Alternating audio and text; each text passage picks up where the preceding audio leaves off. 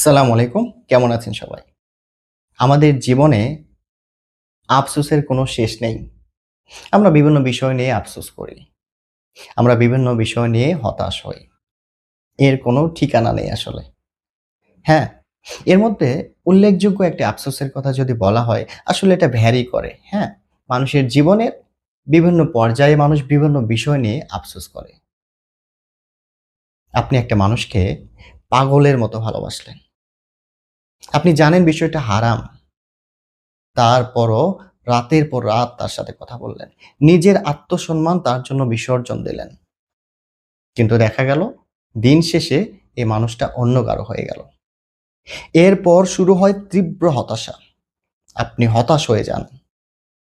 আপনি জায়নামাজ বালিশ ভিজিয়ে ফেলেন তার জন্য, কিন্তু সে তো অন্য কারো হয়ে গেছে।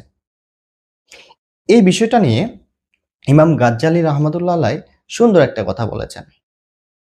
কোন সৃষ্টি যদি স্রষ্টা থেকে অন্য কোনো সৃষ্টিকে বেশি ভালোবাসে, অর্থাৎ স্রষ্টার থেকে সৃষ্টিকে যখন আপনি বেশি ভালোবাসবেন, আপনি হতাশ হয়ে যাবেন।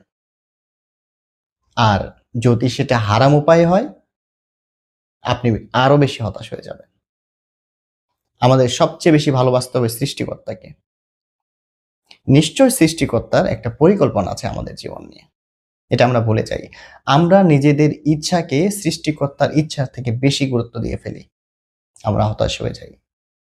আমাদের ভাগ্যে যা আছে আমরা ওইটাই পাবো। কিন্তু আমরা জানি না ওই ছেলে বা ওই মেয়েটি আমার ভাগ্যে আছে কিনা। কিন্তু আমরা ওই যে অন্ধ মোহে পড়ে যাই আমরা। ফলে যখন তাকে আমরা না পাই, আমরা হতাশ হয়ে যাই। এই হতাশা এই হতাশার বেড়াজাল থেকে কেউ বের হতে পারে, আবার কেউ এখানেই আটকে যায়। এরকম শত, শত ঘটনা রয়েছে যারা ভালোবাসা, প্রেম, হতাশায় নিমজ্জিত হয়ে পাগল হয়ে গেছে। হ্যাঁ, তারা পাগল হয়ে গেছে। সৃষ্টিকর্তা আমাদের জন্য একটা পবিত্র জিনিস রেখেছেন। কিন্তু আমাদের মন, আমাদের মনের ইচ্ছা সৃষ্টিকর্তার ইচ্ছার থেকে বড়। সৃষ্টিকর্তার ইচ্ছার থেকে যখন আমরা নিজের ইচ্ছাকে বড় মনে করি, তখন আমরা তার অবাধ্য হয়ে যাই। আর অবাধ্যতার ফল হচ্ছে দুঃখ, কষ্ট, মানসিক অশান্তি। আল্লাহ প্রত্যেকটা মানুষকে, প্রত্যেকটা সৃষ্টিকে জোড়ায়, জোড়ায় সৃষ্টি করেছেন। আমি তো জানি না আমার জোড়া কোথায়। আমি তো জানি না আমার জন্য কোনটা নির্ধারণ করা আছে। আমরা ভুল জায়গায় নিজের আবেগ, নিজের ভালোবাসা ঢেলে দেই। ফলে আমরা হতাশ হয়ে যাই। এই হতাশা আমাদের জীবনকে কুরে, কুরে খায়। এজন্য সৃষ্টিকর্তার উপরে ভরসা করতে হবে। তিনি আমাদের পবিত্র বিষয়কে পবিত্র উপায়ে দান করবেন। আমরা অনেকে হতাশ হয়ে যাই। আমি এটা পাইলাম না, ওইটা পাইলাম না। আমরা তো আমাদের ভবিষ্যৎ জানি না ভাই। আমাদের ভবিষ্যৎ আল্লাহ সুবহানাহু ওয়া তাআলা জানেন।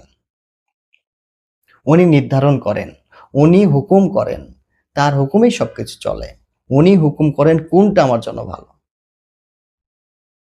সো আমরা প্রেম, ভালোবাসা বিষয়গুলো নিয়ে হতাশ হয়ে যাই।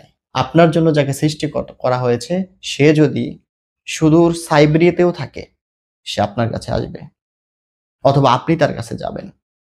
এটাই ভাগ্য। বিশ্বাস রাখুন রবের উপর। ধন্যবাদ। ভালো থাকবেন।